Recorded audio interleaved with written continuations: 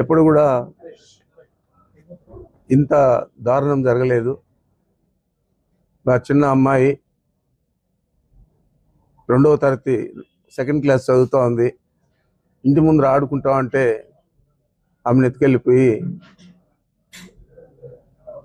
దారుణంగా summer storage ట్యాంకులు తేలే విధంగా చేయడం జరిగింది. మరి వాళ్ళ తండ్రి అజ్మతుల్లా గారు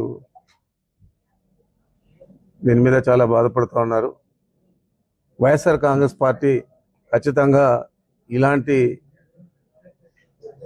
సందర్భాల్లో ఆ కుటుంబానికి అండగా ఉండేదే కాకుండా ఈ రాష్ట్ర ప్రజలకు కూడా మేమున్నాము అని చెప్పి జగన్మోహన్ రెడ్డి గారు 9వ తేదీ పుంగనూరు పట్టణానికి రావడం జరుగుతూ ఉంది.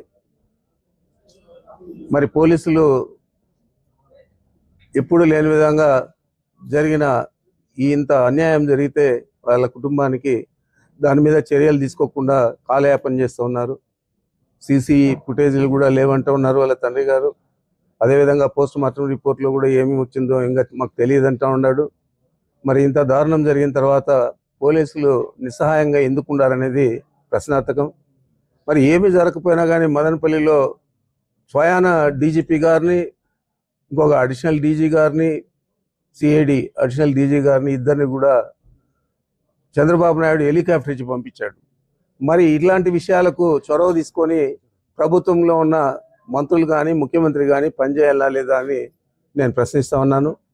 తప్పకుండా దీన్ని పెద్ద ఎత్తున మేము కార్యక్రమంగా తీసుకొని దీని మీద సరైన సంజాయిషి, సరైన దోషులను పట్టుకోకపోతే ఈ పోలీసులు వారి అసమర్థత మీద మేము తప్పకుండా తగిన విధంగా స్పందిస్తామని చెప్పి నేను మీ ద్వారా మనవి చేస్తూ ఉన్నాను. 9వ తేదీ నాడు మా నాయకుడు జగన్మోహన్ రెడ్డి గారు పుంగనూరు పట్టణానికి మన అజ్మతుల్లా గారి ఇంటికి వచ్చి వారిని పరామర్శించేదే కాకుండా దీని మీద రాష్ట్ర వ్యాప్తంగా కూడా వైఎస్ఆర్ కాంగ్రెస్ పార్టీ తీవ్రంగా స్పందిస్తుందని చెప్పి మీకు మనవి చేస్తూ ఉన్నా.